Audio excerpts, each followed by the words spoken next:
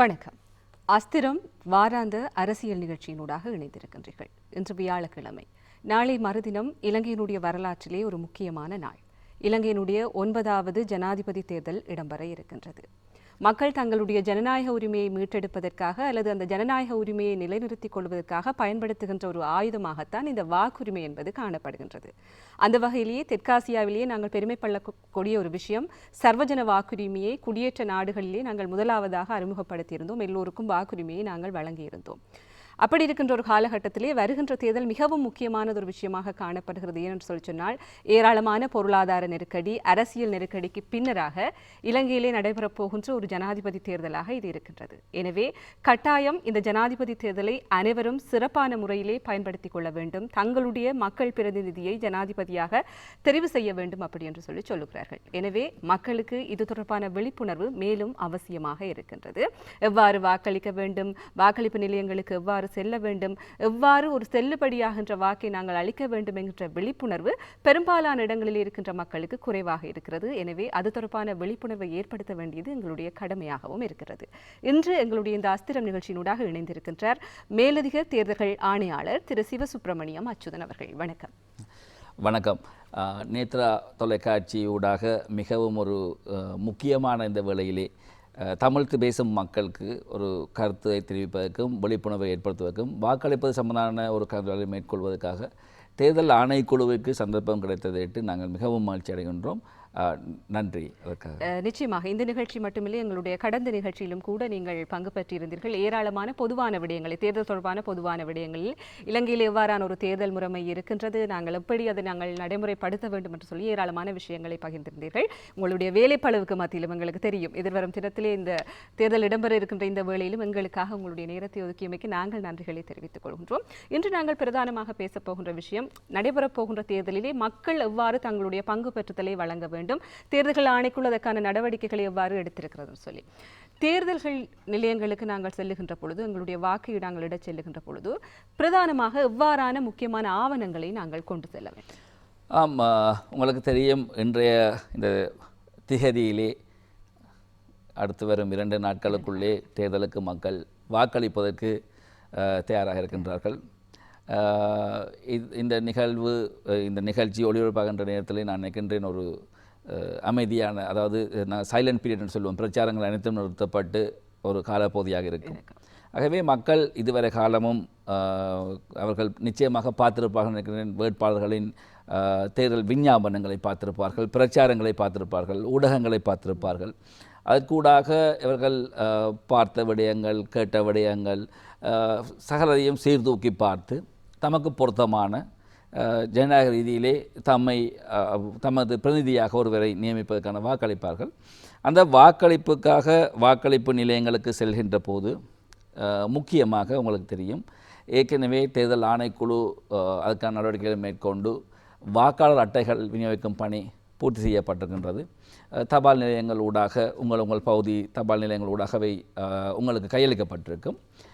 ஆகவே அது ஒரு ஆவணம், ஆனால் அது ஒரு கட்டாயமான ஆவணம் அல்ல. அதாவது வாக்காளர் அட்டை கிடைக்கவில்லை என்றால் நீங்கள் உங்களது வாக்கை அளிக்க முடியாது என்பது அல்ல. இருந்தாலும் கூட அது ஒரு வசதியை ஏற்படுத்துவதற்காக, வாக்களிக்கின்ற போது ஒரு வசதியை ஏற்படுத்துவதற்கான ஒரு இலகுவான ஆவணமாக இருக்கின்றது. இதுவரை வாக்காளர் அட்டை கிடைக்கப்பெறவில்லையாக இருந்தால் குறிப்பிட்ட வாக்காளர்கள் உங்களுக்குரிய பகுதிக்குரிய தபால் நிலையங்களை தொடர்பு கொண்டால் விநியோகிக்க முடியாமல் போன வாக்கு அட்டைகள், அங்கே வாக்காளர் அட்டைகள் தபால் நிலையத்தில் இருக்கும். உங்கள் அடையாளத்தை உறுதிப்படுத்தி அவற்றை நீங்கள் பெற்றுக்கொள்ளலாம். இது ஒரு முக்கியமான விடயம். அவ்வாறு இல்லாவிட்டால் தேர்தல் ஆணைக்குழுவின் உத்தியோகபூர்வ இணையதளம் உங்களுக்கு தெரியும், www.elections.gov.lk என்கின்ற எமது தேர்தல் ஆணைக்குழுவின் இணையதளத்தில் சென்றீர்கள். அங்கே இருக்கக்கூடிய இ-சர்வீஸ் ஊடாக உங்களது தேசிய அடையாள அட்டை இலக்கத்தை குறிப்பிட்டு அதன் மூலமாக உங்களது வாக்காளர் அட்டையின் ஒரு பிரதியை நீங்கள் அச்சிட்டு கொள்ளலாம், பிரிண்ட் பண்ணி கொள்ளலாம். அதையும் நீங்கள் வாக்குச்சாவடிகளுக்கு வாக்களிப்பு நிலையங்கள் செல்லும் போது செல்லலாம். அதாவது வாக்கு அட்டை என்கின்ற முக்கியத்துவம் என்னென்றால் 2 விடயங்கள். ஒன்று, நீங்கள் எந்த வாக்களிப்பு நிலையத்திலே உங்கள் வாக்கை அளிக்க வேண்டும் என்கின்ற தகவல் அது இருக்கும். அது தெரியும் என்றால் நீங்கள் பிரச்சனை இல்லை, அங்கே போகலாம். அதே மாதிரி உங்களோட வாக்காளர் பட்டியலிலேயே உங்களுக்கு தொடர் இலக்கம் இருக்கும். ஆகவே வாக்களிப்பு நிலையத்தில் இருக்கின்ற உத்தியோகத்தர்களுக்கு இலகுவாக உங்களை அடையாளப்படுத்திக் கொள்வதற்கு அது பயனுள்ளதாக இருக்கும். ஆகவே இதை நீங்கள் பெற்றுக்கொள்ளலாம். இது முதலாவது விடயம். அடுத்தது, நீங்கள் வாக்களிப்பு நிலையத்துக்குள்ளே செல்கின்ற போது முக்கியமாக நீங்கள் உங்களது அடையாளத்தை உறுதிப்படுத்திக் கொள்ள வேண்டும். இலங்கை தேர்தலில் உங்களுக்கு தெரியும், வாக்களிப்பதற்கு அடையாளத்தை உறுதிப்படுத்துதல் கட்டாயமாக்கப்பட்டுள்ளது. ஆகவே முதலாவதாக நீங்கள் தேசிய அடையாள அட்டை மூலமாக நீங்கள் உங்களது அடையாளத்தை உறுதிப்படுத்திக் கொள்ளலாம். அவ்வாறு தேசிய அடையாள அட்டை இல்லாத ஒருவர் செல்லுபடியாகின்ற ஒரு கடவுச்சீட்டு, அது எக்ஸ்பைரியான கடவுச்சீட்டு அல்ல, செல்லுபடியாகின்ற ஒரு கடவுச்சீட்டையோ அல்லது செல்லுபடியாகின்ற சாரதி அனுமதி பத்திரத்தையோ இதற்காக பயன்படுத்த முடியும். இதற்கு மேலதிகமாக உங்களுக்கு தெரியும், ஓய்வூதியம் பெறுகின்றவர்களுக்கு ஓய்வூதிய திணைக்களத்தில் வழங்கப்பட்டிருக்கக்கூடிய ஓய்வூதிய அடையாள அட்டையும் பயன்படுத்தலாம். அதற்கு மேலதிகமாக உங்களுக்கு தெரியும், மதகுருமாருக்காக வழங்கப்படுகின்ற அடையாள அட்டை ஒன்று இருக்கின்றது, ஆட்பணிவு திணைக்களத்தினாலே. அதையும் நீங்கள் அதில் காண்பித்து வாக்களிக்க முடியும். அல்லது இதற்கு மேலதிகமாக மூத்தோர்களுக்காக அல்லது வயது முதியோர்களுக்காக சமூக சேவை திணைக்களத்தில் வழங்கப்படுகின்ற அடையாள அட்டை ஒன்று இருக்கின்றது, அதையும் நீங்கள் பயன்படுத்தலாம். இவை இல்லாதவர்கள் தேர்தல் ஆணைக்குழுவின் தற்காலிக ஒரு அடையாள அட்டையை பெற்றுக்கொள்ளலாம். அதுக்கு காலதாமதம் இல்லாமல் தற்போது உடனடியாக நீங்கள் உங்களது பகுதி கிராம உத்தியோகத்தரை அணுகி உங்களுக்கு படம் ஒன்றை கொடுத்து அதை சர்டிஃபை பண்ணி தேர்தல் ஆணைக்குழுவில் நீங்கள் தற்காலிக அடையாள அட்டையை பெற்றுக்கொள்ளலாம். இவற்றை விட உங்களுக்கு தெரியும், ஆட்பணிவு திணைக்களத்தினாலே தற்போது அடையாள அட்டைகள் வழங்குவதில் சிரமம் இருப்பதாலே இந்த மாணவர்கள் பெரும்பாலும் புதிய அடையாள அட்டை பெற்றுக்கொள்கின்றவர்களுக்காக ஒரு வெள்ளைத்தாளிலே A4 தாளிலே அவர்களது படத்தை உறுதிப்படுத்தி ஒரு ஆவணம் வழங்குகிறார்கள். அந்த ஆவணத்தையும் தேர்தல் ஆணைக்குழு வாக்களிப்பு நிலையங்களை ஏற்றுக்கொள்ளும். இறுதியாக ஒரு விடயம் இருக்கின்றது, தேர்தல் ஆணைக்குழுவினால் தற்போது வழங்கப்படுகின்றது,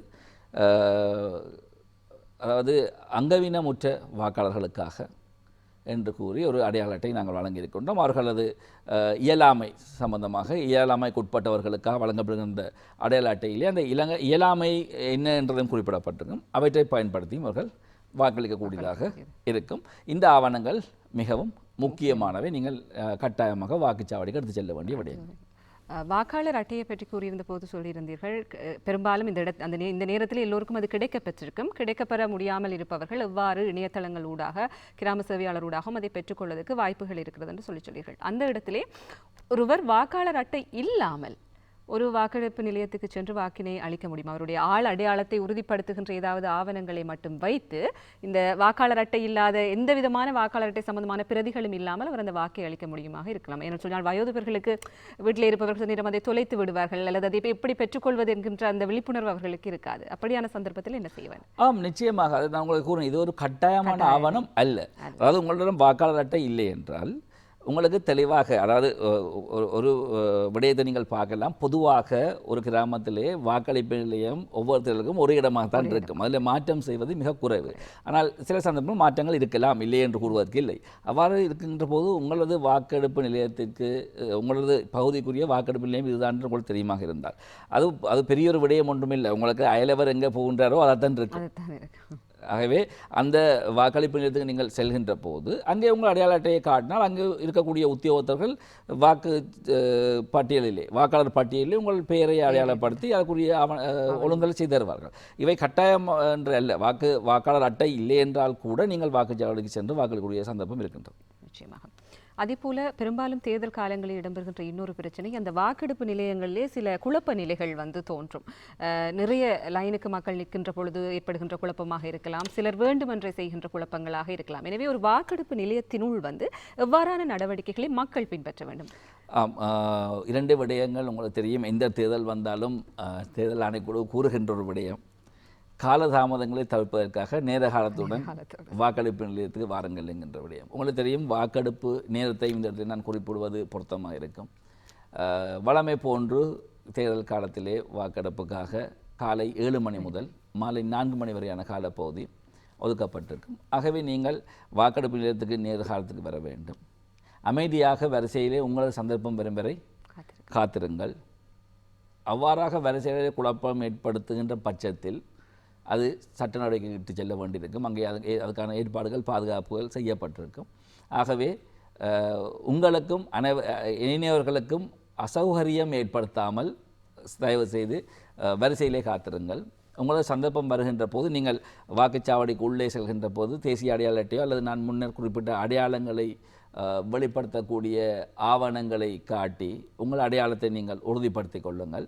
உறுதிப்படுத்தி கொண்ட பின்னர் உங்களது பெயர் அங்கே வாக்குச்சாவடியிலே சத்தமாக ஒரு அலுவலரினால் அழைக்கப்பட்ட பின்னர் நீங்கள் அந்த இடத்துக்கு செல்கின்ற போது ஒரு அலுவலர் முதலாவதாக உங்களது இடது கையின் சிறிய விரலில் அளிக்க முடியாத அந்த மையை பூசி நீங்கள் வாக்களிப்பை உறுதிப்படுத்துவதாக கேட்பார்.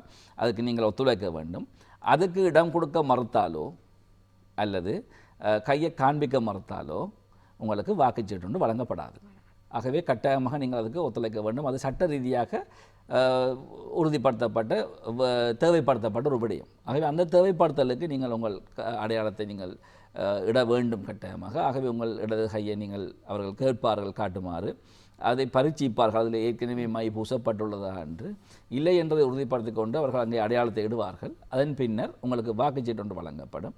அந்த வாக்குச்சீட்டை நீங்கள் பெற்றுக்கொண்டு வாக்கு அளிப்பதற்காக செயற்பாடு செய்யப்படக்கூடிய அந்த வாக்கு அளிப்பு கூட்டுக்குள்ளே சென்று ஏனையவர்களுக்கு காண்பிக்காமல், உங்களுக்கு தெரியும் இலங்கை சட்டங்கள் தெளிவாக சொல்கின்றது, இரகசிய வாக்களிப்பு முறை தான் இலங்கையில் இருக்கின்றது. ஆகவே நீங்கள் யாருக்கு வாக்களித்தீர்கள் என்பதை காட்டவோ பிரசித்தமாக கூறவோ முடியாது.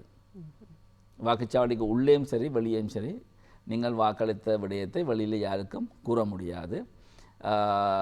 சில சந்தர்ப்பங்கள், மிக குறைவாக சில சந்தர்ப்பங்கள் இவ்வாறு சந்தர்ப்பங்கள் ஏற்படுகிறது. சிலர் வாக்களித்து விட்டு வாக்குச்சீட்டுகளை காண்பிக்கிற நிலைமைகள், அவர்கள் நிச்சயமாக கைது செய்யப்படுவார்கள் அவ்வாறான செயற்பாட்டுக்காக. ஆகவே நீங்கள் இரகசியமாக வாக்களித்து அந்த நீங்கள் வாக்களித்த பகுதியை உள்ளே இருக்கக்கூடிய வகையிலே மடித்து 4ஆக மடித்து எடுத்து வந்து அங்கே இந்த வாக்கு நிலையத்திலே வாக்களிப்பு நிலையத்திலே இருக்கக்கூடிய சிரேஷ்ட தலைமை தாங்கும் உத்தியோகத்தரின் கண்காணிப்பிலே அவருக்கு முன்னாலே வைத்திருக்கக்கூடிய வாக்குப்பட்டியொன்றில் இட்டுவிட்டு அமைதியாக வெளியேறுங்கள். வெளியேறி உங்கள் நண்பர்கள், தோழர்கள், அயலவர்கள் வரும் வரை வீதியிலே காத்திருக்க வேண்டாம். நேராக உங்கள் வீட்டுக்கு செல்லுங்கள். அதாவது தேர்தல் காலகட்டங்களிலும் சரி ஏனைய காலகட்டங்களிலும் சரி போலீஸ் சட்டத்தின்படி 5 பேருக்கு மேற்பட்டவர்கள் கூட்டம் கூடுவது அனுமதி இல்லாமல் சட்டவிரோதமான கூட்டமாகவே கருதப்படும். தேர்தல் காலத்தில் இது மிக கண்டிப்பாக பின்பற்றப்படும். நிச்சயமாக இதில் நாங்கள் மீண்டும் ஞாபகப்படுத்த வேண்டிய விஷயம், காலை 7 மணியிலிருந்து 4 மணி வரை இந்த வாக்கெடுப்பு நடவடிக்கைகள் மேற்கொள்ளப்படும். எனவே முடிந்தளவு நீங்கள் விரைவாக அல்லது காலையிலேயே சென்று வாக்குகளை அளித்து விட்டிருந்தால், எல்லோரும் நினைப்பது கொஞ்சம் தாமதமாக போனால் அங்கே குறைந்து விடுவார்கள், மக்கள் தொகை குறைவாக இருக்கும் என்று, முடிந்தளவிலே விரைவாக சென்று உங்களுடைய அந்த கடமையை, உங்களுடைய அந்த உரிமையை நீங்கள் நிலைநிறுத்த வேண்டும் என்று சொல்லித்தான் நாங்கள் நினைக்கிறோம்.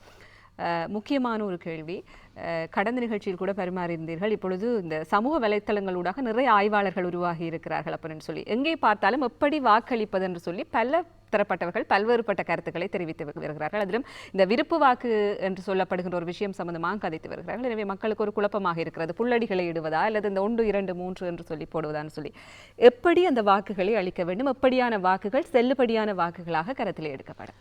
ஆமாம், மிக முக்கியமான ஒரு விடயம். உங்களுக்கு நீங்கள் குறிப்பிட்டது போன்று கடந்த நிகழ்ச்சியில் நான் கூறியிருந்தேன்,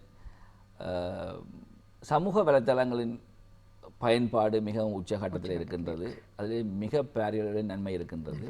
மிகச்சிறிய அளவிலே நீங்கள் கூறியது போன்ற ஆய்வாளர்கள் பலர் ஒரு விடயத்தை ஆய்ந்து உண்மை நிலையை அறியாமல், ஒன்றில் தெரிந்து கொண்டு அல்லது தெரியாமல் தவறான கருத்துக்களை மக்களுக்கு வழங்குகின்ற ஒரு விடயம் இருக்கின்றது. ஆகவே தேர்தல் விடயம் மாத்திரமல்ல, நான் இந்த இடத்துல மக்களிடம் கோரிக்கை விடுக்கக்கூடிய ஒரு விடயம், எந்த விடயத்தை இணையத்தில் தேடும் போது நம்பகத்தன்மை என்கின்ற ஒரு விடயத்தை தயவு செய்து பார்த்து கொள்ளுங்கள். தேர்தல் ஆணைக்குழு சார்பாக நான் உங்களுக்கு தெரிவிக்கக்கூடிய கருத்து, இலங்கை அரசியல் அமைப்பின் 94வது உறுப்புரையிலும் 1981ஆம் ஆண்டின் 15ஆம் இலக்க ஜனாதிபதி தேர்தல் சட்டத்தின் 3வது அட்டவணையிலும் வாக்களிப்பு முறை தெளிவாக குறிப்பிடப்பட்டிருக்கின்றது.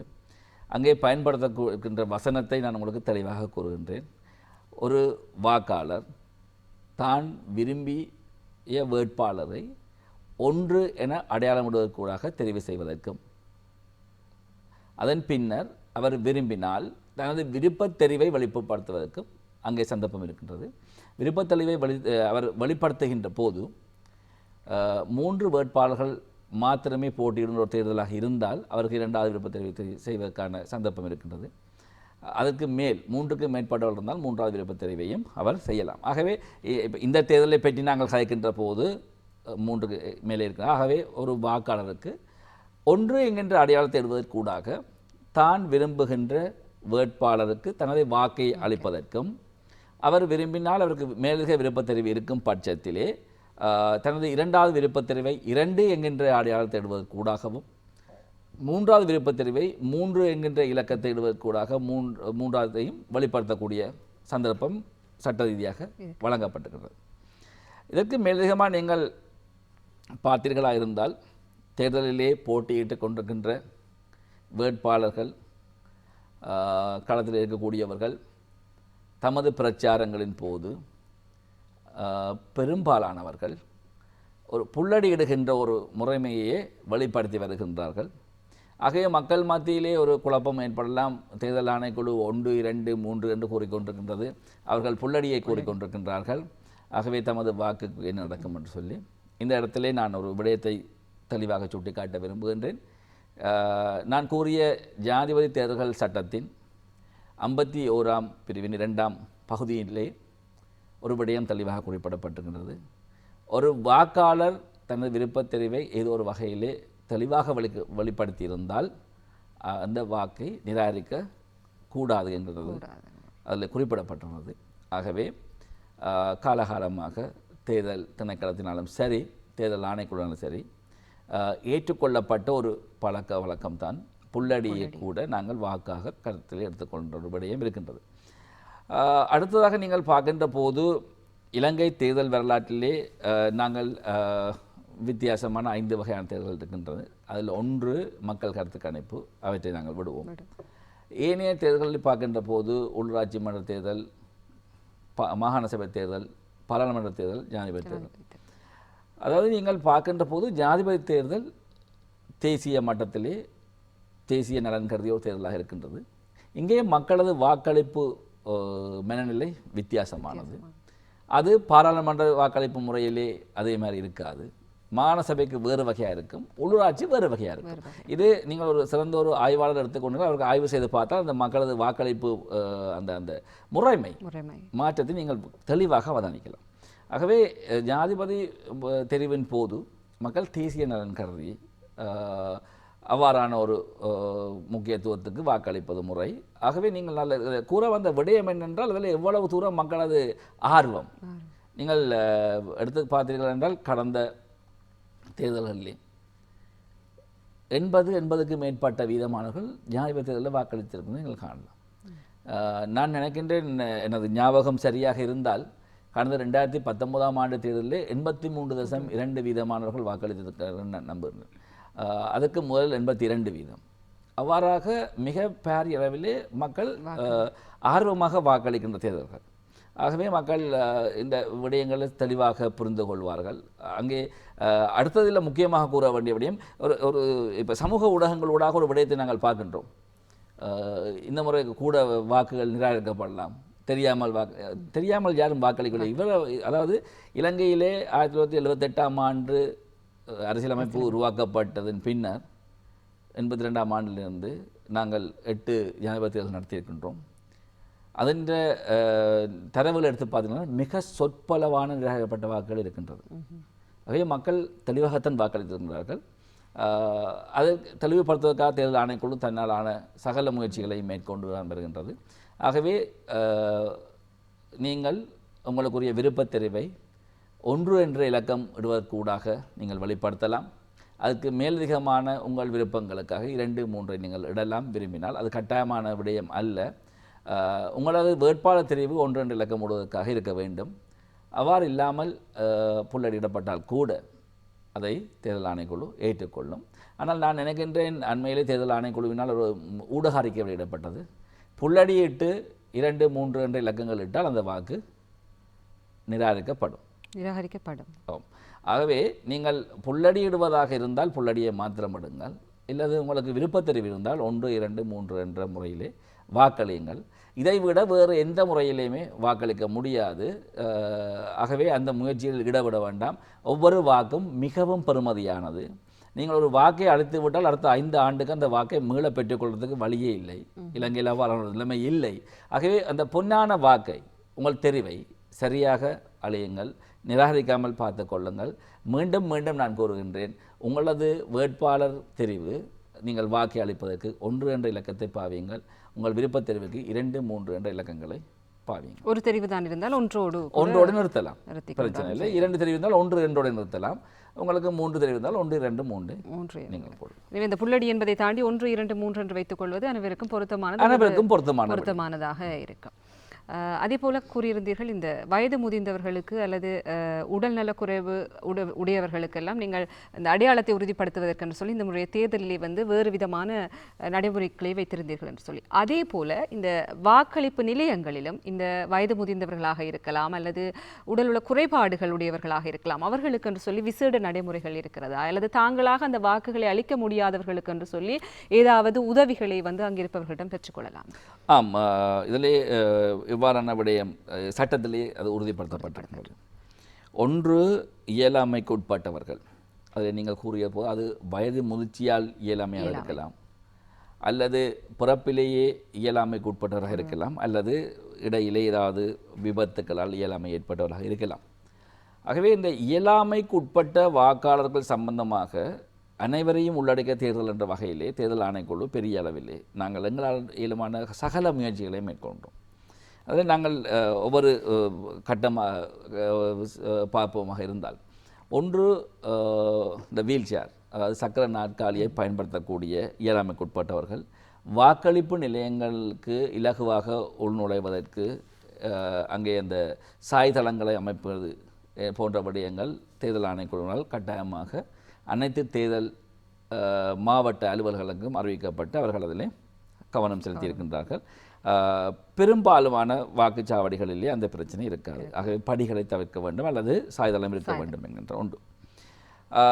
சில இடங்களில் நீங்கள் பார்ப்பீர்கள், அதாவது மலையகம் போன்ற இடங்களில் எங்களுக்கு அவற்றை உறுதிப்படுத்துவதில் பல்வேறு சவால்கள் இருக்கின்றன. அவ்வாறான இடங்களிலே அந்த வாக்காளருக்கு உள்ளே செல்வதற்கு இடையூறாக இருக்குமாக இருந்தால் அல்லது பல படிகளை தாண்ட வேண்டி இருக்குமாக இருந்தால் அங்கே இருக்கக்கூடிய தலைமை தாங்கும் அலுவலர் அது சம்பந்தமான ஏற்பாடு செய்வார். அவர் வரக்கூடிய வரைக்கும் கொண்டு வந்து அந்த வாக்குச்சாவடி இருக்கின்ற கம்பவுண்ட் அந்த வளவுக்குள்ளே இவரை கொண்டு வந்து அவர் இறங்கி வந்து இவரை வாக்கை ரகசியமாக பெற்று செல்லக்கூடிய ஏற்பாடுகளை செய்வார்கள். இது ஒன்று. அடுத்தது, நான் உங்களுக்கு கூறிய அந்த அடையாள அட்டை நாங்கள் இயலாமைக்கு உட்பட்டவர்களாக மட்டுமே வழங்குகின்றோம். அது இலங்கையில் இருக்க அனைவருக்கும் வழங்கப்பட்டில்லை. எங்களால் இயலுமானது இதுவரைக்கும் வழங்கப்பட்டுள்ளது.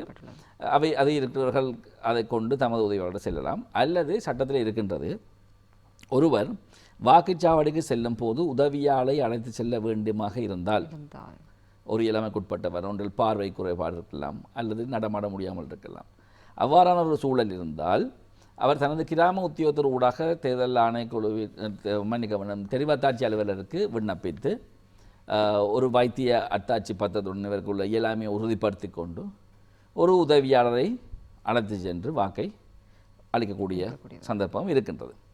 அதற்கு மேலதிகமாக அவ்வாறு இல்லாத பட்சத்தில் அங்கே தேர்தல் கடமையில் ஈடுபட்டிருக்கக்கூடிய சிரேஷ்ட தலைமை தாங்கும் உத்தியோகத்தின் உதவியை நாடி இன்னும் ஒரு தேர்தல் கடமையில் ஈடுபட்ட உத்தியோகத்தின் முன்னிலையிலே இரகசியமாக அந்த வாக்கை பதிவு செய்யக்கூடிய ஏற்பாடுகள் இருக்கின்றது. அவர்கள் அந்த சிரேஷ்ட தலைமை தாங்கும் உத்தியோகத்தின் உதவியை அங்கே பெற்றுக்கொண்டு தமது வாக்கை அளிக்கக்கூடியதாக இருக்கும்.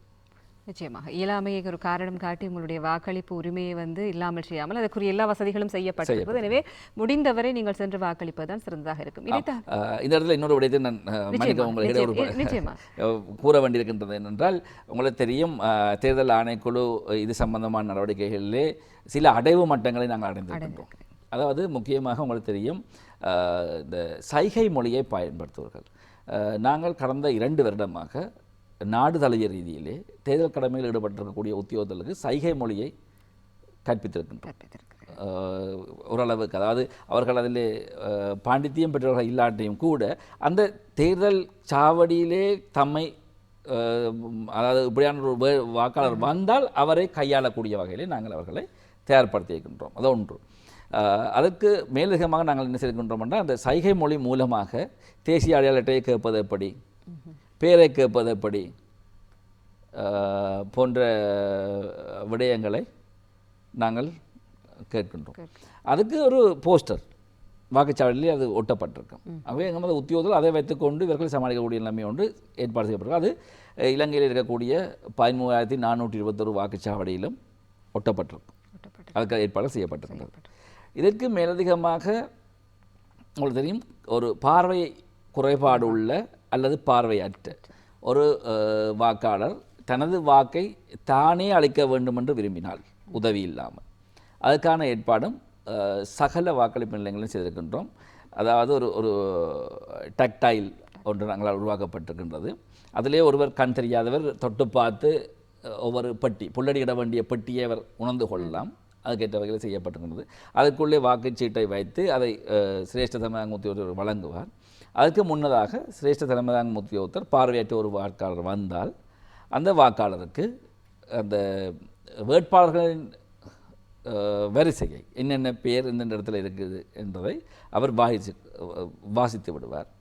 ஆகவே அந்த வாக்காளர் தனது மனதுக்குள்ளே தனக்குரிய வேட்பாளர் எத்தனாவது இடத்திலே அவர் இருக்கின்றார், மேலிருந்து எத்தனையாவது இடத்துல இருக்கின்றார் என்றதை அவர் கொடுத்து கொண்டு வாக்குச்சாவடி அந்த வாக்கு அளிக்கின்ற கூட்டுக்குள்ளே சென்று இந்த டக்டைலை தொட்டு பார்த்து அந்த இலக்கத்தை கண்டுபிடித்து அதுக்கு தனது புல்லடியை இட்டு பின்னர் வாக்குச்சீட்டை வெளியே எடுத்து மடித்து கொடுத்தால் அவர்கள் அந்த வாக்குப்பட்டிக்குள்ளே போடுவார்கள்.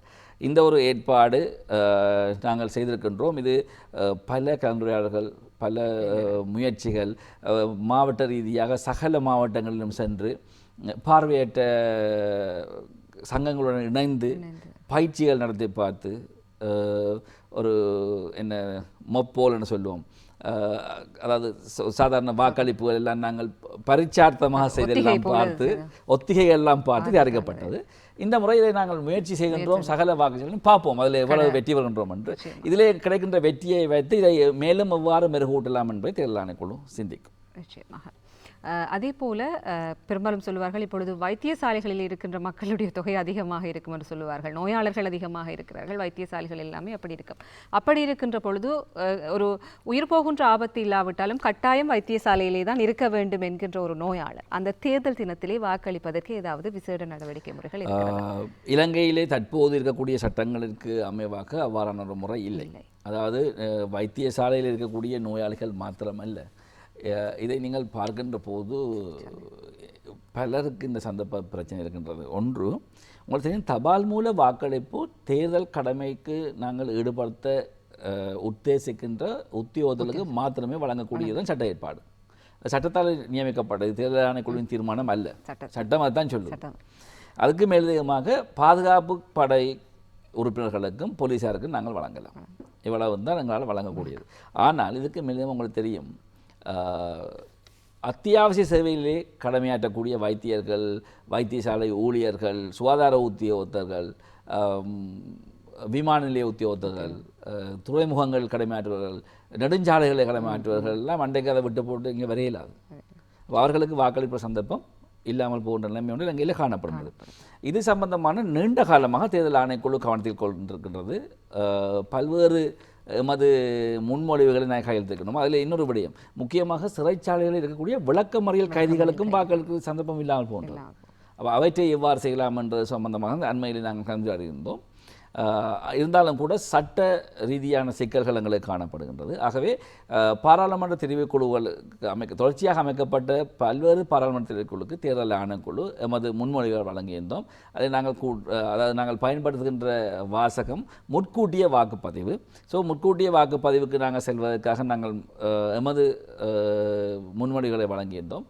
அவற்றை தெரிவு குழுக்கள், பாராளுமன்ற தெரிவு குழுக்கள் ஏற்றுக்கொண்டு வெளியிட்டிருந்தன. அதன் பின்னர் நாங்கள் அதற்கு ஒரு செயல் வடிவம் கொடுப்பதற்காக எங்களது முன்மொழிகளை சட்ட ஏற்பாடுகளுக்கு ஏற்ற வகையிலே தயாரித்து வழங்கி அதை அமைச்சரவையும் ஏற்றுக்கொண்டிருக்கின்றது. ஏற்றுக்கொண்டு அது பாராளுமன்றத்தால் இன்னும் நிறைவேற்றப்படாமல் காத்திருக்கின்றது. ஆனால் நீண்ட காலமாக காத்திருக்கின்றது. நீண்ட காலமாக ஏனென்றால் அது உடனடியாக செய்யப்பட வேண்டிய ஒரு விடயமாக அதுக்காக தேர்தல் ஆணைக்குழு முயற்சி எடுக்கின்றது, பார்த்து கொண்டிருக்கின்றது. எதிர்வரும் தேர்தலாவது இந்த சந்தர்ப்பம் வழங்குவதற்கு எங்களுக்கு ஒரு சந்தர்ப்பம் கிடைக்குமாக இருந்தால் அது பெரிய விடயமாக இருக்கும். வருகின்ற தேர்தல் முடிவுகள் இதற்கு ஒரு மாற்றத்தை வழங்கும் அப்படி என்று சொல்லி நாங்கள் இல்லை, இதில் தேர்தல் முடிவுகளுக்கு அப்பாலே ஒவ்வொரு பிரதிநிதியும் மக்கள் பிரதிநிதியும் சிந்திக்க வேண்டிய விடயம். அவர்களை சிந்திக்க வேண்டும் என்றால் ஒரு பெரிய அளவான மக்கள், அதே நீங்கள் இன்னொன்று குறிப்பிட்ட, அதாவது வெளிநாடுகளை கடமையாற்றுவார். அதாவது இப்போ உள்நாட்டில் இருக்கிறவர்களை சரியாக வாக்கு உரிமையை வழங்க முடியாத சூழல் காணப்படுகின்றது. வெளிநாட்டு விடயம் நாங்கள் இரண்டாம் பட்சமாக சிந்திக்க முடியாது. மிகப்பெரிய ஒரு ப்ராசஸ். அதாவது அவர்களை நாங்கள் செய்வதென்றது பாரிய நடைமுறை. முதலாவது உள்ளிற்கு இருப்பவர்களுக்கு நாங்கள் வழங்க வேண்டிய தேவை இருக்கின்றது. அதுக்காக நாங்கள் சட்ட ஏற்பாடுகள் செய்வதற்காக எங்கள் முன்மொழிவுகளை நாங்கள் வழங்கி இருக்கின்றோம். தேர்தல் ஆணைக்குழு அதுக்காக காத்திருக்கின்றது. நிச்சயமாக சிறந்த ஒரு முடிவுகை வரும் என்று சொல்லி நாங்கள் நம்புவோம். அதே போல பொதுவாக இருக்கிற இன்னொரு பிரச்சனை, இந்த தேர்தல் காலங்களிலே, தேர்தல் நடைபெறுகின்ற அன்றைய தினமாக இருக்கலாம் அல்லது அதுக்கு மறுதினத்திலே, இந்த போக்குவரத்திலே மட்டுப்பாடுகள் காணப்படும். பொதுவாக சொல்லுவார்கள், இந்த இடங்களில் எங்கேயுமே செல்ல வேண்டாம், வீடுகளுக்குள் இருப்பது நல்லது, போக்குவரத்து மட்டுப்பாடுகள் காணப்படும். அந்த இடத்திலே சிலரை நீங்கள் பார்த்தீர்கள் என்று சொல்லிச்சினால் தங்களுடைய பல்வேறு தேவைகள் கருதி ஒரு இடத்திலே அவர்கள் இருப்பார்கள். ஆனால் அவர்கள் கூடிய அந்த வாக்காளர் அட்டைக்குரிய பதிவு கிராம சேவையாளர் பதிவு இன்னொரு இடத்திலே இருக்கும். எனவே அவர்கள் அந்த தேர்தல் காலத்திலே தான் அந்த இடத்துக்கு போவார்கள் அன்று காலையிலே. இப்படியான ஒரு சந்தர்ப்பத்திலே விசேட போக்குவரத்து ஏற்பாடுகள் எதுவும் தேர்தல்கள் ஆணைக்குழுவினால் மேற்கொள்ளப்பட்டிருக்கின்றதா? உங்களுக்கு தெரியும், அதாவது மக்களும் அதை அறிந்திருப்பார்கள். நான் உங்களுக்கு கூறுகின்றேன், தபால் மூல வாக்களிப்பு. தபால் மூல வாக்களிப்புக்கான சந்தர்ப்பம் பூர்ணமாக இலங்கை போக்குவரத்து சபை ஊழியர்கள் அனைவருக்கும் வழங்கப்படுவது. அதுக்கான காரணம் இதுதான். 2 ஒன்று, அவர்களது போக்குவரத்து பஸ் தேர்தல் ஆணைக்குழுவினாலும் வாக்குப்பட்டிகளை இடமாற்றுவதற்காக பெற்றுக்கொள்ளப்படுகிறது. அது ஒரு வரையறுக்கப்பட்ட வகையிலேயே பெற்றுக்கொள்ளப்படும். அதாவது அன்றைய தினம் சகல வழித்தடங்களிலும் போக்குவரத்தை உறுதிப்படுத்துவதற்கு தேவையான பேருந்துகளை தவிர்த்து இணையத்தை நாங்கள் பெற்றுக்கொள்வோம். அதை பேலன்ஸ் பண்ணுவதற்காக நாங்கள் தனியார் வாகனங்களையும் வாடகைக்கு அமைத்துக் கொள்வது உண்டு. ஆகவே இந்த பேருந்துகள் நாங்கள் தனியார் போக்குவரத்து சபையிலையும் பெற்றுக்கொள்வது, சங்கங்களையும் பெற்றுக்கொள்வது உண்டு, இலங்கை போக்குவரத்து சபையிலையும் பெற்றுக்கொள்வது உண்டு. வாடகை வாகனங்கள், பெரும்பாலும் வாடகை வாகனங்கள். அந்த பேருந்துகளை பெற்றுக்கொள்கின்ற போது தேர்தல் ஆணைக்குழு கவனத்தில் கொள்கின்ற விடயம், அன்று சகல வழித்தடங்களிலும் போக்குவரத்து உறுதிப்படுத்தப்பட வேண்டும் என்கின்றது. அது போக்குவரத்து சபை அதுக்கு பொறுப்பு அளிக்கப்பட்டிருக்கின்றது. அது அவர்களது கடமை, கட்டாயமாக செய்ய வேண்டும். இதுவரை காலம் அவ்வாறான ஒரு பிரச்சனை எங்களுக்கு ஏற்பட்டதில்லை. அது நடைபெறுவது உண்டு. தேர்தலுக்கு மறுதினமும் அதில் எந்த விதமான தடங்கள் தொடர்ச்சியாக அது இருக்கும். அதே போல இன்னும் ஒன்று பிரச்சனை, இந்த தேர்தலுக்கு முன்கூட்டி அல்லது தேர்தலை ஒட்டி இந்த திணைக்களங்களிலே வேலை செய்கின்ற அலுவலர்களுக்காக இருக்கலாம், அது அரசு திணைக்களங்களாக இருக்கலாம் அல்லது தனியார் திணைக்களங்களாக இருக்கலாம், எப்படியான விடுமுறைகள் வழங்கப்படுகிறது? அதாவது இவ்வளவு டிஸ்டன்ஸில் இருப்பவர்களுக்கு இத்தனை நாள் விடுமுறை அப்படின்னு சொல்லி இருக்கும், அது பற்றி சொல்லுங்கள். அதாவது ஜனாதிபதி தேர்தல்கள் சட்டத்தின் 110வது பிரிவு வாக்களிப்பதற்கான விடுவிப்புக்கை வழங்குவது சம்பந்தமாக குறிப்பிடுகின்றது. அதே பொதுவாக குறிப்பிடப்படுகின்றது, ஒரு வாக்காளருக்கு அவரது தொழில் வழங்குனர் குறைந்தபட்சம் 4 மணி நேர விடுப்பினை வழங்க வேண்டும். ஆக குறைந்தபட்சம் தான் நான் கூறுகின்றேன். அதிலே உச்சபட்சம் வரையறுக்கப்படவில்லை.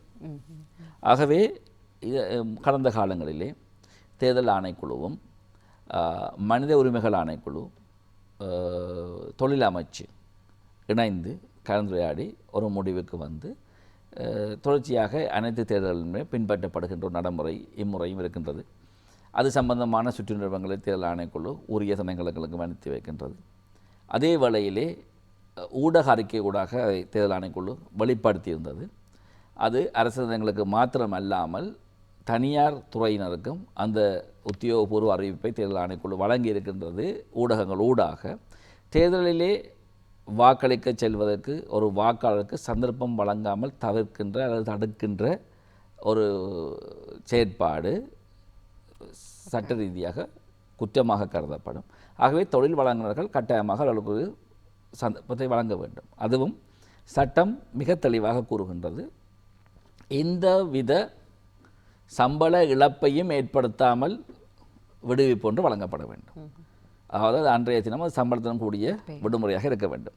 அதிலே நான் உங்களுக்கு கூறினேன், மிக குறைந்த அளவு 4 மணித்தியாலம். பின்னர் எமது கலந்துரையாடல் ஊடாக நாங்கள் அனைவரும் இணைந்து எடுத்த ஒரு தீர்மானத்தின்படி தொழில் அமைச்சு மனித உரிமைகள் ஆணைக்குழு, தேர்தல் ஆணைக்குழு அதிலே கூறியிருக்கின்றோம் 40 கிலோமீட்டருக்கு மேற்பட்ட தூரம் அவர் பயணிக்க வேண்டியிருந்தால் தனது வேலைத்தளத்திலிருந்து 40 கிலோமீட்டருக்கு மேலே பயணித்து தான் வாக்களிக்க வேண்டுமானிருந்தால் அவருக்கு அரை நாள் விடுவிப்பை வழங்குமாறும், 40 முதல் 100 கிலோமீட்டருக்கு இடைப்பட்ட தூரத்துக்கு அவர் செல்ல வேண்டியிருந்தால் ஒரு நாள் விடுவிப்பை வழங்குமாறும், 100லிருந்து 150 கிலோமீட்டர் என்றால் 1.5 நாளும், அதுக்கு மேலதிகமாக என்றால் 2 நாள் விடுவிப்பு வழங்குமாறும் பொதுவான ஒரு ஏற்பாடு இருக்கின்றது. அதை நாங்கள் அறிவித்திருக்கின்றோம். இதிலே கவனிக்க வேண்டிய விடயம், உங்களுக்கு தெரியும், இந்த தேர்தலுக்கான தினத்தை நாங்கள் அறிவிப்பதற்கு முன்னர் பல்வேறு விமர்சனங்கள் ஊடகங்களால் தேர்தல் ஆணைக்குழுக்கு நடத்தப்பட்டது திட்டமிட்டு நாங்கள் பிற்போட்டு கொண்டிருக்கின்றோம் என்று சொல்லி. ஆனால் தேர்தல் ஆணைக்குழு கவனத்தில் கொள்ள வேண்டிய பல்வேறு விடயங்கள் இருக்கின்றது. ஆகவே எங்களுக்கு கடந்த ஜூலை மாதத்திலே தேர்தல் என்று அறிவிக்கக்கூடிய சந்தர்ப்பம் எங்களுக்கு ஜூலை 19 கிடைக்கின்ற போது நாங்கள் 26ஆம் தேதி தான் அறிவிக்கின்றோம். அது என்ன காரணம் என்று சொன்னால், நாங்கள் உடனடியாக அன்றைய தினத்தில் அறிவித்து முழு நாளை எடுப்போமாக இருந்தால் உங்களுக்கு தெரியும், இந்த திங்கள் அதாவது 16, 17 எல்லாம் லீவு நாட்கள், இதுக்குள்ளே தேர்தல் வைக்க முடியாது. அது உங்களுக்கு தெரியும், போயாத நேரத்தில் தேர்தல் வைக்க முடியாது. அது இடையூறு. அது ஏனென்று சொன்னால் பெரும்பாலான எங்கள் வாக்குச்சாவடிகள் வந்து இந்த வணக்கத்தலங்கள் இருக்கின்றது. கூடுதலாக பன்சரில் வந்து இருக்குது. ஆகவே அந்த நாள் எங்களுக்கு எடுக்க முடியாது, அடுத்த நாள் எடுக்க முடியாது. ஆகவே நாங்கள் ஒரு சனிக்கிழமை தெரிவு செய்த காரணம் இந்த லீவு பிரச்சனையை தீர்ப்பதற்காக. ஆகவே ஒரு வெள்ளிக்கிழமை லீவை கொடுத்தால் கூட அவர்கள் வீட்டுக்கு சென்று அழகாக இந்த தேர்தலில் தமது வாக்கை அளித்து ஞாயிற்றுக்கிழமை மீண்டும் தமது வேலைநிலைக்கு வரக்கூடிய சந்தர்ப்பம் இருக்கின்றது. ஆகவே இந்த தொழில் தரவர்களுக்கு ஏற்படக்கூடிய இடையூறை தவிர்ப்பது எல்லாத்தையுமே கருத்தில் கொண்டு நாங்கள் இந்த சனிக்கிழமை தேர்தல் தினமாக எடுக்கின்றோம். அது முன்னே கூறியது போன்ற ஊடகங்களிலும் சரி, சமூக ஊடகங்களும் சரி, எழுந்தமானமாக விமர்சனங்களை முன்வைக்கலாம். ஆனால் ப்ராக்டிக்கலாக, அதாவது ஒரு நடைமுறை ரீதியாக தேர்தல் ஆணைக்குழு உரிய காலத்தில் உரிய நேரத்தில் சரியான தீர்மானத்தை எடுத்திருக்கின்றது. ஆகவே சனிக்கிழமை என்கின்றது மிகவும் ஒரு இலகுவான தினம் அனைவருக்கும், அன்று ஒரு லீவு நாள். ஆகவே அவர்கள் வெள்ளிக்கிழமை ஒரு விடுப்பை பெற்றுக்கொண்டு சென்று தமது ஜனநாயக கடமையை நிறைவேற்றுவதற்கான சந்தர்ப்பத்தை அனைத்து தொழில் வழங்குநர்களும் அரசு திணைக்களின் அதிகாரிகளும் உறுதிப்படுத்திக் கொள்ள வேண்டும் என்பது தேர்தல் ஆணைக்குழுவின் எதிர்பார்ப்பு. இது பின்னர் அது மறுக்கப்பட்டால் ஒரு மனித உரிமை மீறலாக ஒரு சட்ட நடவடிக்கை செல்லக்கூடிய ஒரு ஏதிலையை உருவாக்கும். நிச்சயமாக. அதே போல கடந்த நிகழ்ச்சியிலும் நாங்கள் பேசியிருந்தோம், இந்த தேர்தல் காலத்தில் இடம்பெறுகின்ற வன்முறைகள் தொடர்பாகவும் அதற்கான சட்டங்கள் என்ன சொல்கிறது அப்படின்னு சொல்லி பார்த்திருந்தோம். இப்பொழுது தேர்தல் அண்மித்திருக்கின்றது. இருக்க போகின்ற இந்த சில குறிப்பிட்ட நாட்கள் என்பதையும் தாண்டி அந்த தேர்தல் தினத்திலே நிறைய மோசடிகள் இடம்பெறுவதற்கு வாய்ப்பு இருக்கிறது. அது அந்த குழுவை சார்ந்தவர்கள் அல்லது அந்த அத்தாரிட்டி பர்சன் என்று சொல்வார்கள், அவர்களுக்கு தெரியும் எவ்வாறான நடவடிக்கைகளை இதற்கு மேற்கொள்ள வேண்டும் என்று சொல்லி. ஒரு சாதாரண பிரஜை ஒரு இடத்திலே தேர்தல் வன்முறை ஒன்று இடம்பெறுகிறது அல்லது ஒரு மோசடி இடம்பெறுகிறது என்று உணர்கின்ற பொழுது அவர் அதை எவ்வாறு மேலிடங்களுக்கு அறிவிக்க வேண்டும் அல்லது அதற்குரியவர்களிடம் எவ்வாறு அறிவிக்க வேண்டும், யார் அங்கே பணியிலே இருப்பார்கள்? அதாவது உங்களுக்கு தெரியும், நீங்கள் ஒப்பிடுறதிலே பார்க்கின்ற போது ஒரு தேர்தல் நடைபெறுகின்றதா என்று சிந்திக்கக்கூடிய அளவிலே தான் நாடு இருக்கு. பெரிய அளவிலே ஒரு குழப்பம் இல்லை. ஆனால் தேர்தல் வன்முறை மிக குறைவாகத்தான் இருக்கின்றது. முறைகேடுகள் அல்லது விதிமுறை மீறல்கள், அதாவது விதிமுறை மீறல் உங்களுக்கு இப்போ ஒரு போஸ்டர் ஒட்டுவது தடை, ஆகவே அது ஒரு விதிமுறை மீறல். அவ்வாறான நிலைமைகள் எல்லாம் காணப்படுகின்றது. அது சம்பந்தமாக எங்களுக்கு முறைப்பாடுகள் கிடைத்து கொண்டிருக்கின்றது. தேர்தல் ஆணைக்குழு அதுக்கு உடனே நடவடிக்கை எடுத்துக்கொண்டிருக்கின்றது. இதுவரை கிட்டத்தட்ட 4000 வரையான முறைப்பாடுகள் கிடைக்கப்பட்டு அதில் 3000 வரையான தீர்க்கப்பட்டிருக்கின்றன. சிலது உங்களுக்கு தெரியும், சட்ட ரீதியாக ஒரு நீண்ட நடைமுறையை பின்பற்ற வேண்டியிருக்கும், அவை நடந்து கொண்டிருக்கின்றது. இது ஒரு பக்கம். நீங்கள் கேட்ட அந்த விடயம் தேர்தல் தினத்திலே நடக்கின்ற இந்த விடயம் உங்களுக்கு தெரியும், நாட்டிலே சகல பகுதிகளுக்கும் பாதுகாப்பு உறுதிப்படுத்தப்பட்டிருக்கின்றது. ஒரு சட்டத்தை நடைமுறைப்படுத்துகின்ற நிறுவனமாக போலீஸ் திணைக்களம் அதுக்கான ஏற்பாடுகளை செய்திருக்கின்றார்கள். அது சம்பந்தமாக தொடர்ச்சியாக தேர்தல் ஆணைக்குழுவிலே கூட்டங்கள் நடைபெற்று கொண்டிருக்கின்றன. இன்று காலையில் கூட நாங்கள் இது சம்பந்தமான கூட்டம் நடைபெற்றது. இது தொடர்ச்சியாக நடைபெற்ற ஒரு கூட்டம், அதாவது பாதுகாப்பு ஏற்பாடுகள், அதுக்காக தான் உங்களுக்கு முதலே குறிப்பிட்டேன், வாக்களித்த பின்னர் உங்களது உறவினர்கள், நண்பர்கள், அயலவர்கள் வருவார் என்று காத்திருக்காமல் நேரடியாக உங்கள் வீடுகளுக்கு மீண்டும் சென்று விடுங்கள் என்ற அனைத்து மக்களுக்கும் அவர்களது வீடுகளுக்கு பக்கத்திலேயே தான் வாக்குச்சாவடி இருக்கின்றது. உடனடியாக திரும்பிச் செல்லலாம். அனாவசியமாக கூட்டம் கூடுதல் போன்ற விடயங்கள், வன்முறைகளை ஏற்படுத்துதல் போன்றவை தடை செய்யப்பட்டிருக்கின்றது. அது உங்களுக்கு ஒரு இடையூறை ஏற்படுத்தலாம். ஆகவே தவிர்த்து கொள்ள வேண்டும். அடுத்தது இலங்கையில் நீங்கள் பார்க்கலாம், ஒரு இங்கே இருக்கக்கூடிய ஒரு தேர்தல் கலாச்சாரம். அரசியல்வாதிகள் ஒருவர் கண்டு சிரித்து கைலாகு கொடுத்து ஒன்றாக தேநீர் அருந்தக்கூடிய சூழல் தான் காணப்படுகின்றது. ஆக அவர்கள் நண்பர்களாக இருக்கும் போது அவர்களது ஆதரவாளர்கள் ஆளுக்கால் அடித்துக் கொள்ள வேண்டிய தேவையில்லை. ஆகவே நீங்கள் தெளிவாக புரிந்து கொள்ள வேண்டும். அதில் நீங்கள் அடித்துக் கொள்வதாக இருந்தால் உங்கள் நண்பர்கள், உங்கள் உறவினர்களுடன் நீங்கள் அடித்துக் கொள்ள வேண்டியிருக்கும். ஆகவே அவற்றை தவிர்த்து கொண்டு வன்முறைகள் செய்ய முடியாது. அடுத்தது நீங்கள் கூறிய முறைகேடுகளுக்கு இடமில்லை. சகல சட்ட ஏற்பாடுகளும் சரியாக இருக்கின்றது. அவ்வாறு ஏதாவது ஒரு சட்ட பிறழ்வான ஒரு நிகழ்வு அல்லது சட்ட மீறல் இடம்பெறுவதாக மக்கள் அவதானித்தால் உடனடியாக தேர்தல் ஆணைக்குழுவின் இணையதளம் ஊடாகவும் நீங்கள் முறைப்பாடுகள் செய்யலாம். அண்மையில் உள்ள போலீஸ் நிலையத்திலே நீங்கள் முறைப்பாடு செய்யலாம். அல்லது உங்களுக்கு தெரியும், ஊடகங்கள் ஊடாக பிரசித்தப்படுத்தப்பட்டிருக்கின்றது தேர்தல் ஆணைக்குழுவின் முறைப்பாட்டு பிரிவுகள் சகல மாவட்டங்களிலும் இருக்கின்றது. வாட்ஸ்அப் இலக்கங்கள் ஊடாகவும் நீங்கள் உங்கள் முறைப்பாடு செய்யலாம். நாங்கள் பெரிய அளவிலே அவ்வளவு தான் பெற்றுக் கொண்டிருக்கின்றோம். மின்னஞ்சல் மூலமாக செய்யலாம். இவை அனைத்து விவரங்களும் நீங்கள் தேர்தல் ஆணைக்குழு இணையதளத்தில் பெற்றுக்கொள்ளலாம். ஆகவே அவ்வாறான விடயங்கள் நிலவுகின்ற சூழலிலே உடனடியாக அவற்றை நீங்கள் முறைப்பாடு செய்தால் அன்று தேர்தல் ஆணைக்குழு மிகவும் விழிப்பாக இருக்கும். எமது முறைப்பாடு நிலையங்கள் எல்லாம் மிகவும் சுறுசுறுப்பாக இயங்கும். உடனே அதுக்கான வேகமாக அந்த நடவடிக்கைகள் எடுக்கப்படும். நிச்சயமாக. அதே போல் இந்த வாக்கெடுப்புகள் என்பதையும் தாண்டி வாக்கெண்ணும் பணிகள் நாங்கள் எல்லோருமே, இந்த நாட்டு மக்கள் எல்லோருமே எதிர்பார்த்திருக்கின்ற அந்த விஷயம் அதுதான். தேர்தல் முடிவுகள் எப்பொழுதும் முற்றுமுழுதாக வெளியாகும். அதே போல் வாக்கெடுக்கும் பணிகள், வாக்கெண்ணும் பணிகள் எவ்வாறு இடம்பெறப் போகின்றது என்று சொல்லி அதை பற்றி. இன்று நாங்கள் ஒரு தேர்தலுக்கு மிக அண்மைய நாட்களில் இருக்கின்றோம். அனைத்து பணிகளையும் முடிவடைந்து விட்டோம். சகல ஏற்பாடுகளும் பூர்த்தியாக இருக்கின்றது. அனைத்தும் தயாராக இருக்கின்றது.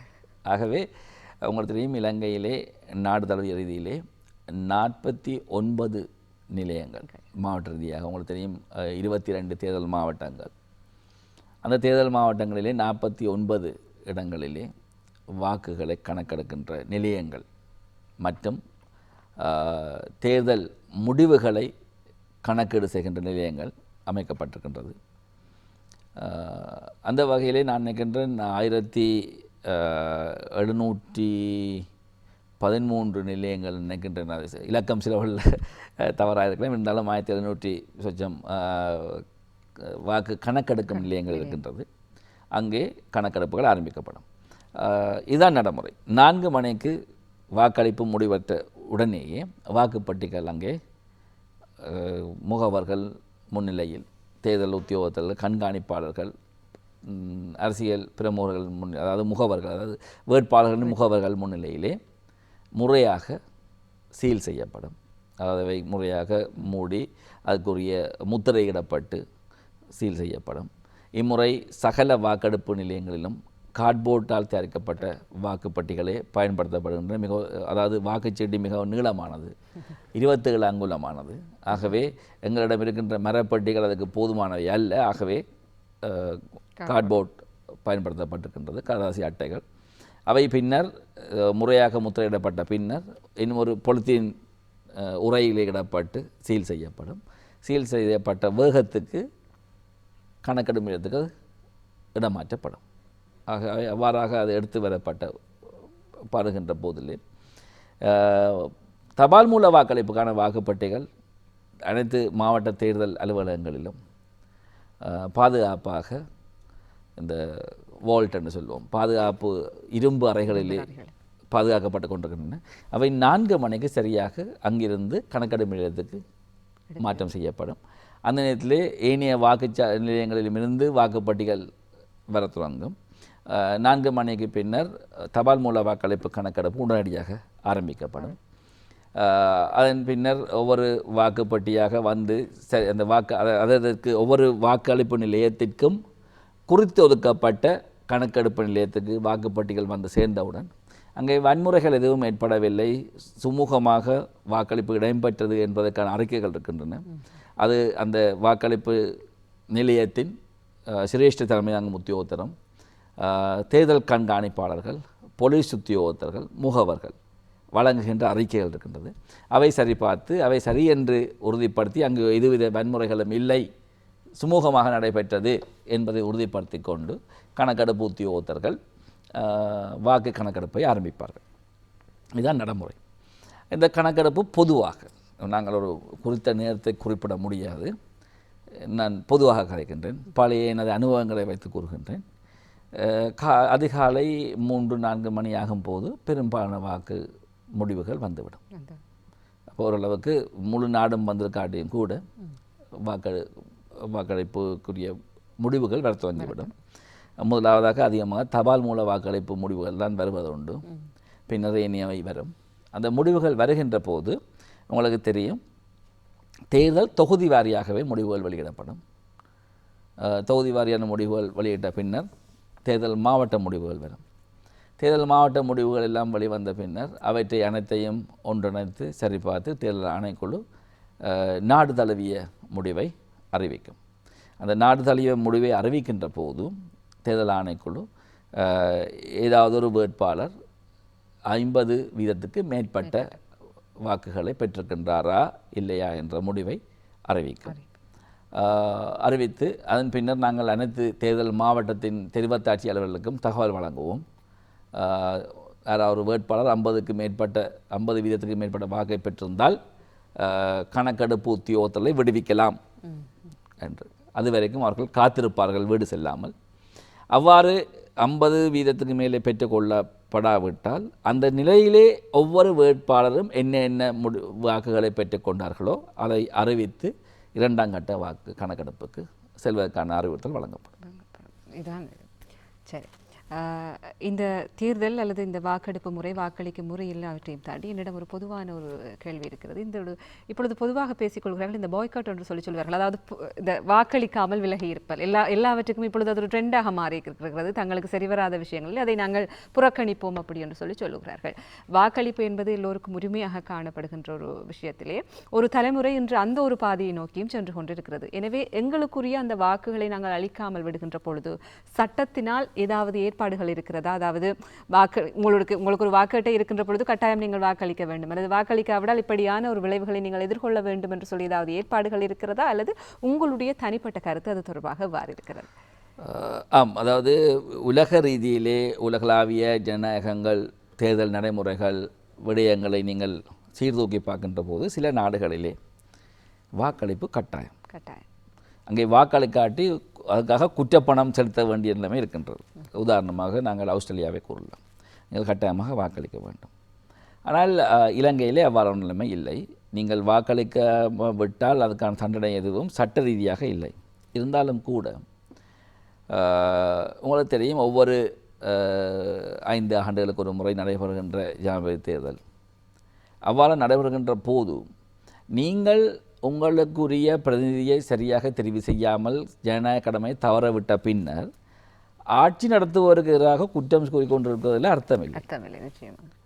ஆகவே நீங்கள் உங்கள் தெரிவை சரியாக செய்ய வேண்டும். அப்போ நான் ஒரு வாக்கை அளித்து நான் சரியான தெரிவை செய்தால் நான் பிறகு குற்றம் கூறிக்கொண்டிருக்க வேண்டிய தேவை இல்லை. ஆகவே அந்த விலகிச் செல்வது என்பது ஒரு ஆரோக்கியமான நிகழ்வு அல்ல என்றதான் எனது ஒரு தேர்தல் அதிகாரியாக, தேர்தல் உறுப்பினராக எனது கருத்து அதுதான். அதுக்கு மேலதிகமாக இன்னொரு விடயம் இருக்கின்றது. இலங்கையிலே சட்டங்களிலே வாக்களிக்காமல் விடுவதற்கு தண்டனை இல்லை, ஆனால் வாக்களிக்க வேண்டாம் என்று தூண்டுவதற்கு தண்டனை இருக்கின்றது. ஆகவே சட்டங்கள் கூறுகின்றது, எந்த ஒரு வாக்காளரையும் வாக்களிக்க வேண்டாம் என்று தூண்டுதல் சட்டமுறையான செயற்பாடு. ஆகவே அதற்கு நீங்கள் தண்டனை அனுபவிக்க வேண்டி இருக்கும். ஆகவே நான் தெரிவிக்கக்கூடியது, ஆரோக்கியமான ஜனநாயக சூழலுக்கு ஒவ்வொரு பிரஜையும் செய்ய வேண்டிய விடயம், நீங்களும் வாக்களியுங்கள், ஏனையவரையும் வாக்களிக்க தூண்டுங்கள், வாக்களிக்குமாறு அவர்கள் கடமையை செய்ய தூண்டுங்கள். அதை சரியாக செய்யுங்கள். உங்களது வாக்கு பெறுமதியானது. அந்த பெறுமதியான வாக்கை பயன்படுத்துவதற்கு நீங்கள் சரியாக செய்யுங்கள். இது ஒன்று. இரண்டாவது, உங்களுக்கு தெரியும் இலங்கை ஒரு பொருளாதார ரீதியிலே கடுமையாக பாதிக்கப்பட்டு மீண்டு எழுந்து ஒரு தேர்தலை சந்திக்கின்ற வேளையிலே மிக பாரிய ஒரு செலவு தேர்தலுக்காக ஏற்படுகின்றது. அது மக்கள் பணம், அது யாருடைய பணமும் அல்ல. ஒவ்வொரு மக்களும், அதாவது நீங்கள் வாக்களிக்க தேவையில்லை என்று சிந்திக்கிற ஒவ்வொருத்தருடைய பணமும் அதில் சம்பந்தப்படுகின்றது. இவ்வளவு பாரிய செலவு செய்து ஒரு தேர்தலை நடத்துவதற்கான முயற்சிகளை மேற்கொண்ட போதும் நீங்கள் வாக்களிக்காமல் இருப்பது கூட ஒரு வகையிலே பொதுமக்கள் நிதிக்கு செய்கின்ற ஒரு துரோகம். ஆகவே வாக்களியுங்கள். ஒவ்வொருத்தரும் உங்கள் அபிப்பிராயத்தை தெரிவித்து உங்கள் பிரதியை சரியாக தெரிவு செய்யுங்கள் என்பதுதான் தேர்தல் ஆணைக்குழுவின் வேண்டுகோள். நிச்சயமாக.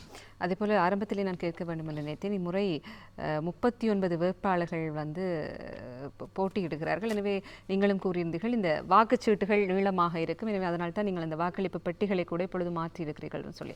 அப்படி 39 வேட்பாளர்கள் இருக்கின்ற பொழுது கொஞ்சம் வயோதிபர்களாக இருக்கலாம், அல்லது அது சம்பந்தமான போதிய அறிவுத்திறனற்றவர்களுக்கு அந்த வாக்குச்சீட்டை கையாள்வதே ஒரு பிரச்சனையாக இருக்கும். சில நேரம் அவர்கள் அவசரத்திலே மாறி புள்ளடிகளை இட்டு விடுவார்கள். அதாவது யாருக்கு அந்த இலக்கங்களை புள்ளடிகளிலே அந்த இலக்கங்களை மாறி அவர்கள் வழங்குவதற்கு வாய்ப்புகள் இருக்கிறது. எனவே ஒரு வாக்கெடுப்பு நிலையத்திலே எங்களுக்கென்று வழங்கப்பட்ட அந்த வாக்குச்சீட்டிலே ஒரு முறை நாங்கள் தவறுதலாக ஏதாவது மேற்கொண்டால் மீண்டும் அந்த வாக்குச்சீட்டை அதே இடத்திலே பெற்றுக்கொள்வதற்கு ஏதாவது வழிமுறைகள் இருக்கின்றதா?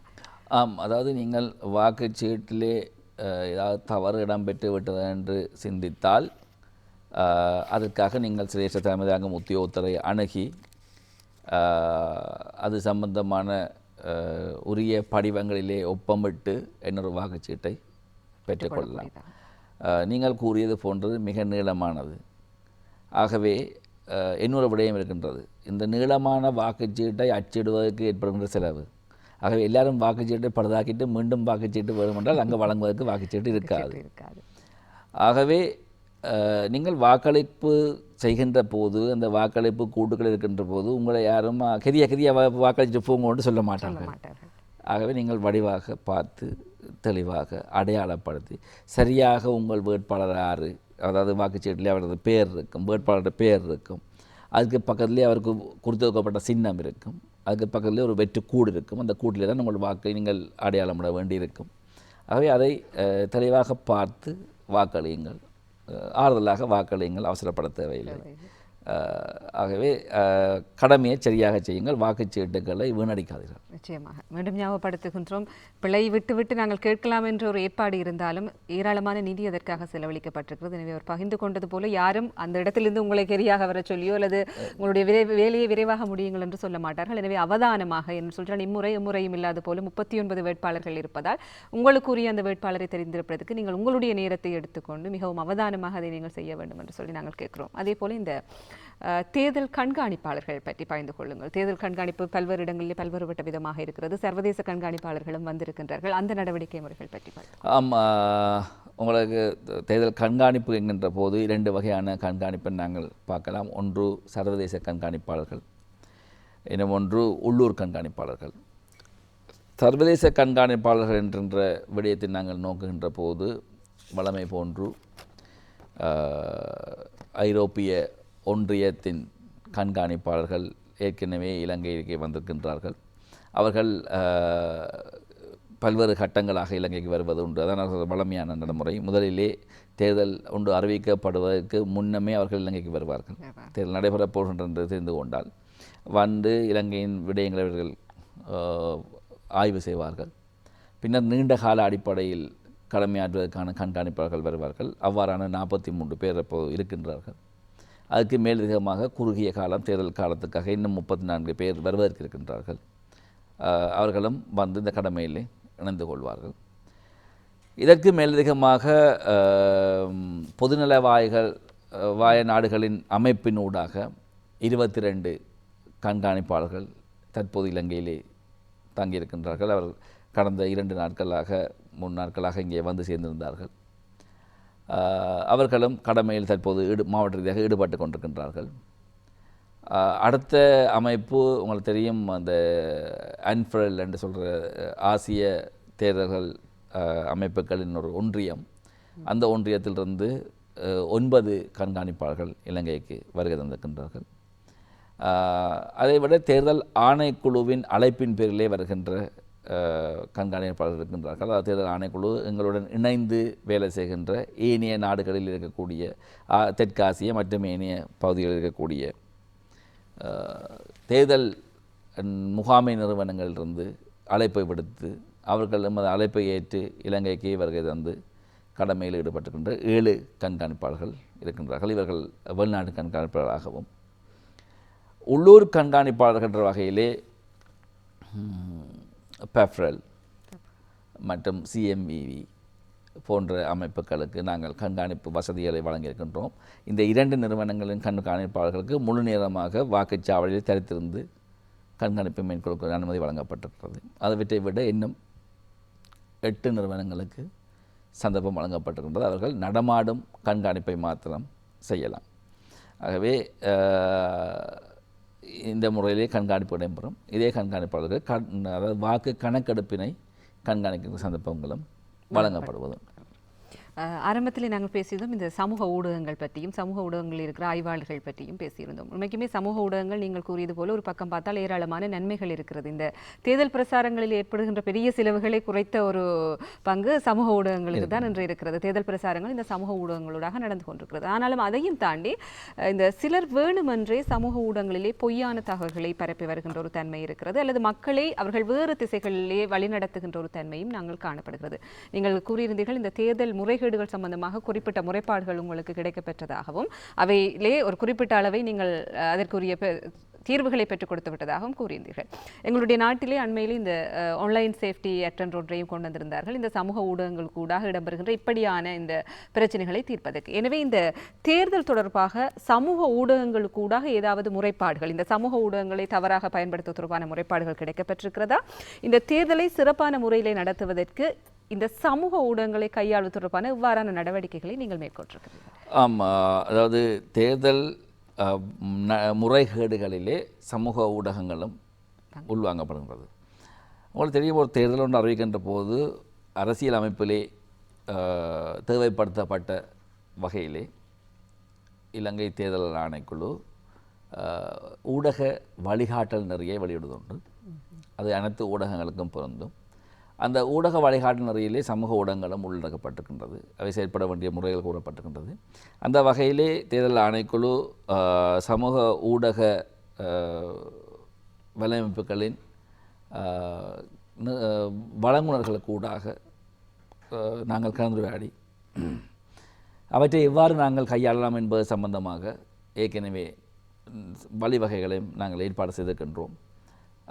அந்த வகையிலே மேட்டா, எக்ஸ், யூடியூப், டிக்டாக் போன்ற அமைப்புகளுடன் நாங்கள் கலந்துரையாடுகின்றோம். அவர்களது நீதி, அதாவது சட்ட ரீதியான விடயங்களை கைகாலம் இந்த அதிகாரிகள் அல்லது அவர்களது உத்தியோகத்தர்கள் எம்முடன் இணைந்து கடமையாற்றி கொண்டிருக்கின்றார்கள். எமக்கு என்று சொல்லி அவர்கள் தேர்தல் ஆணைக்குழுவின் முறைப்பாடுகளை பெற்றுக்கொள்வதற்காக அனைத்து இந்த சமூக தளங்களும், அதாவது தளங்களின் நிர்வாகம் ஒரு அந்த டிசிக்னேட்டட் இமெயில் என்று சொல்வார்கள், அதுக்கூடாக தான் நாங்கள் முறைப்பாடு வழங்க வேண்டும், வழங்கியிருக்கின்றார்கள். அவ்வாறான முறைப்பாடுகள் நாங்கள் வழங்கி பல்வேறு சமூக ஊடகங்களில் இருக்கக்கூடிய பதிவுகளை நீக்கி இருக்கின்றோம். அவற்றையும் கையாண்டு கொண்டிருக்கின்றோம். அதுக்காக தனியான ஒரு பிரிவு தேர்தல் ஆணைக்குழுவில் செயற்படுகின்றது. இதிலே ஒரு விடயம் என்னென்று கூறினால், இப்போ நான் இப்போ கூறுகின்ற போது ஒரு பெரிய விடயமாக இது உங்களுக்கு தோன்றலாம். என்ன விடயம் என்றால், இது சம்பந்தமான எமது ஆர்வம் மிக பெரிதாக இருக்கின்றது, இதை எவ்வாறு கையாள்வது என்று சொல்லி. ஆனால் அதற்கான எங்களிடம் இருக்கக்கூடிய வளம் மிகச்சிறியதாக தான் இருக்கின்றது. ஆகவே இயலுமானதை செய்து கொண்டிருக்கின்றோம். அதேவேளை தேர்தல் ஆணைக்குழு உங்கள் தெரியும் தொடர்ச்சியாக நாங்கள் பல தேர்தல் எதிர்கொள்ள வேண்டியிருக்கும் தானே. ஆனபடியால் இந்த சமூக ஊடகங்களை கண்காணிப்பதற்காக தற்போது சந்தையிலே நீங்கள் அதாவது விலை கொடுத்து வாங்கி பயன்படுத்தக்கூடிய கண்காணிப்பு மென்பொருட்கள் இருக்கின்றது. அதில் 2 மென்பொருட்களை தேர்தல் ஆணைக்குழு அடையாளப்படுத்தி இருக்கின்றது.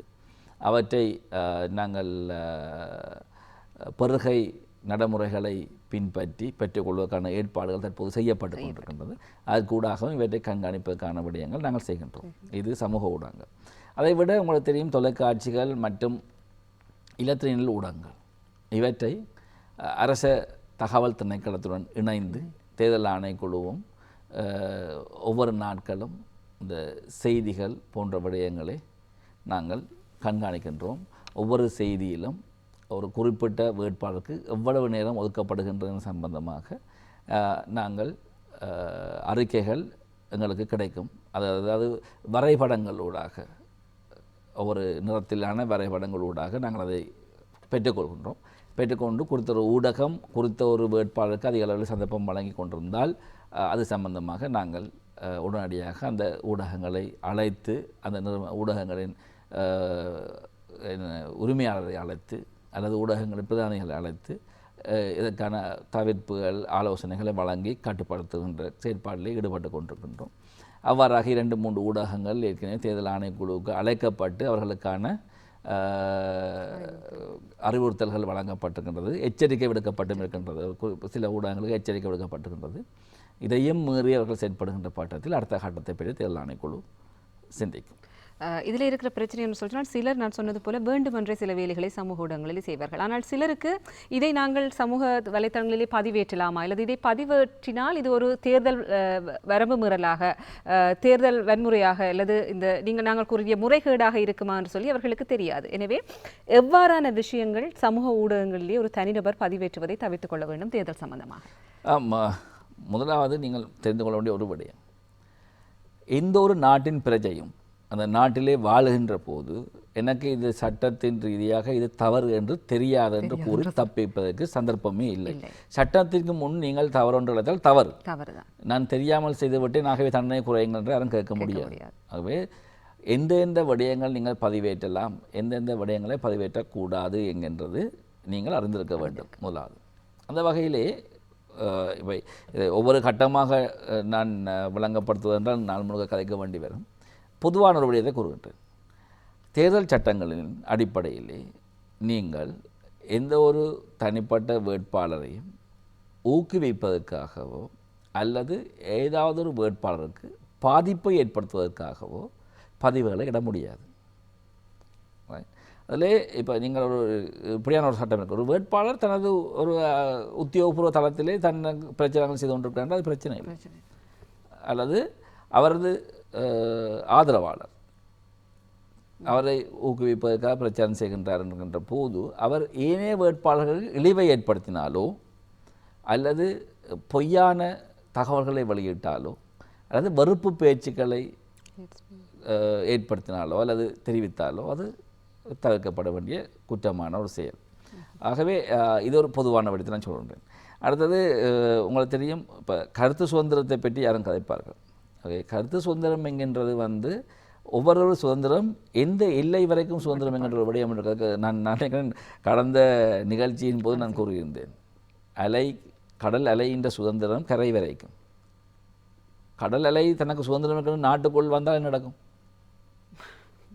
நாடு இருக்காது. ஸோ ஆகவே சுதந்திரத்துக்கும் ஒரு எல்லை உண்டு. ஆகவே உங்கள் கருத்து மற்றவரை பாதிக்காத வகையில் நீங்கள் கருத்தை வெளியிடுங்கள் ஒன்று. ஆகவே அந்த விடயங்களை நாங்கள் செய்து பார்க்க வேண்டும். ஒவ்வொருத்தருக்கும் சமூக பொறுப்பு இருக்கின்றது, நாங்கள் என்ன செய்கின்றோம் என்று. ஆகவே வேண்டுமென்று தவறான தகவலை நீங்கள் வெளியிட்டாலும் தவறு தான், தெரியாமல் வெளியிட்டாலும் தவறு தான். ஆகவே தவறுகள் தவிர்த்து கொள்ளுங்கள்.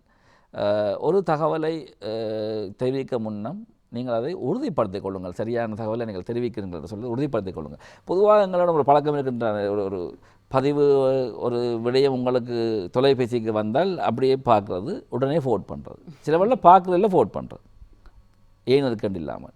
அவ்வாறு அவற்றை நீங்கள் முன்னளித்ததற்காக தண்டிக்கப்பட்ட பலர் இலங்கையில் இருக்கின்றார்கள். அது நீங்கள் கூறியது போன்று நிகழ்நிலை தடுப்பு சட்டம் தற்போது அமலில் இருக்கின்றது. அது சாதாரண சட்டம், நாட்டிலே நடைமுறை இருக்கிற சட்டம். அவற்றையும் தேர்தல் ஆணைக்குழு தேவைக்கேற்ப பயன்படுத்தும். சரி, இறுதியாக நாளை மறுதினம் தேர்தல் இடம்பெற இருக்கின்றது. மேலதிக தேர்தல்கள் ஆணையாளர் என்ற வகையிலே இந்த நாட்டு மக்களுக்கு நீங்கள் என்ன சொல்ல விரும்புகிறீர்கள்? அதாவது நீண்ட காலமாக மக்கள் எதிர்பார்த்த ஒரு தேர்தல், ஒரு வித்தியாசமான சூழலில் மக்களுக்கு தேர்தல் ஒன்று தேவை இருந்தது, வந்திருக்கின்றது. தேர்தல் ஒன்று நடைபெற இருக்கின்றது. தேர்தல் ஆணைக்குழு நீதியானதும் சுதந்திரமானதும் நம்பகத்தன்மையுமான தேர்தல் ஒன்றை நடத்துவதற்கு சகல ஏற்பாடுகளையும் பூர்த்தி செய்திருக்கின்றது. ஆகவே எதிர்வருகின்ற 21ஆம் தேதி சனிக்கிழமை காலை 7 மணியிலிருந்து வாக்களிப்பு ஆரம்பிக்கும்.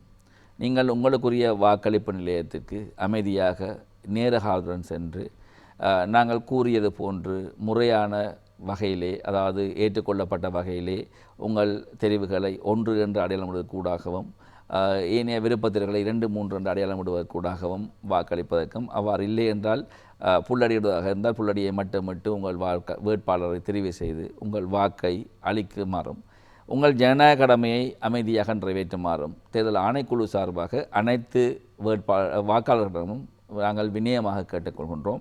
இங்கே சமூக பொறுப்பு என்கின்றது ஒவ்வொருத்தருக்கும் இருக்கின்றது.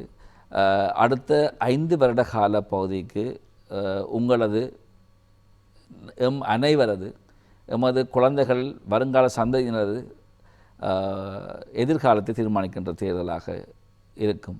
ஆகவே அவற்றை அனைத்தையும் சீர்தூக்கி பார்த்து எமக்கு மிகச்சரியான பொருத்தமான ஜனாதிபதியாக இருக்கக்கூடிய வேட்பாளர் யார் என்பதை சிந்தித்து உங்கள் ஜனநாயக கடமையை மேற்கொள்ளுமாறு தேர்தல் ஆணைக்குழு சார்பாக உங்கள் அனைவரையும் வினயமாக கேட்டுக்கொள்கின்றோம்.